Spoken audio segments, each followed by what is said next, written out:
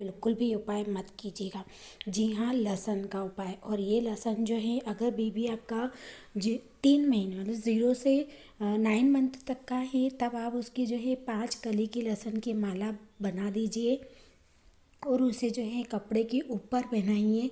कपड़े के अंदर नहीं पहनाना है, ध्यान रखिएगा। कपड़े के ऊपर पहनाकर और नाइट में जो है उसको सुला दीजिए। इससे काफ़ी फ़र्क पड़ेगा। इस तरीके से बिल्कुल भी मत पहनाइएगा। इससे हो सकता है मैं भी